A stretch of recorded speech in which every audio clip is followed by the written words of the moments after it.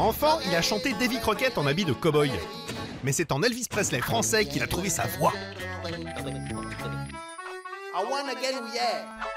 Aujourd'hui, Johnny Hallyday.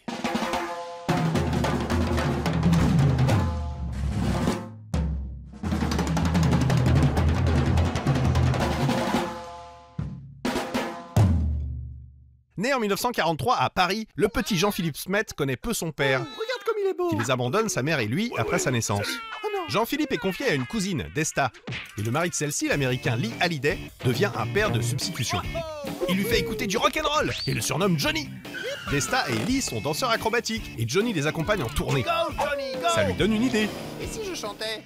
Du coup, à 17 ans, lors de sa première télé, Johnny prétend être américain Hello, my name is Johnny. et s'appelait Hallyday. Bon, avec 2 Y parce que sa maison de disques s'est trompée. Bon, bah ok. Il introduit le rock'n'roll en France et c'est le choc des générations.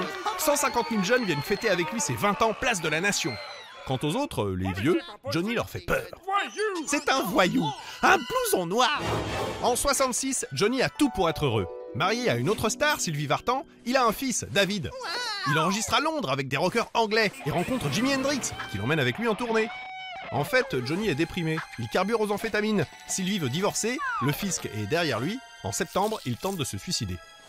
En 70, il se fait pousser la barbe et sort la chanson « Jésus-Christ est un hippie ». Bon, elle est interdite à la radio et la télé française. Mais je voulais pas. Et le Vatican le menace d'excommunication. Mais Johnny est redevenu cool. Pour durer, il a compris devoir surfer sur les vagues. Pour ses tournées spectaculaires, Hello. il s'inspire de la science-fiction de Star Wars en 79. Ou de l'univers post-apocalyptique de Mad Max en 82. Bah oui, Johnny est fan de cinéma. Il tourne sous la direction de Lelouch ou de Godard. Salut. Bonjour. Avec sa nouvelle compagne, Nathalie Baye. Politiquement, Johnny est insaisissable. En 79, il accompagne bien volontiers des sidérurgistes en grève après un concert à Metz. Ok les gars. Il joue plusieurs fois à la fête de l'UMA, C'est rouge. organisée par le Parti communiste français. Pourtant, il appelle toujours à voter pour des candidats de droite. On a tous quelque chose en nous de Giscard d'Estaing, Jacques Chirac ou Sarkozy. Johnny veut rester jeune. Il se marie avec Laetitia, qui a 32 ans de moins que lui. En 98, il avoue prendre de la cocaïne pour travailler et tenir le coup, et expliquera plus tard se régénérer le sang dans une clinique privée suisse. D'ailleurs, toute sa carrière, il a vampirisé les nouvelles générations de compositeurs, de Goldman à Mathieu Chédid. Ravi de composer pour lui. En 2017, luttant contre un cancer des poumons, Johnny participe avec ses amis de jeunesse, Jacques Dutronc et Eddie Mitchell, à la tournée des Vieilles Canailles.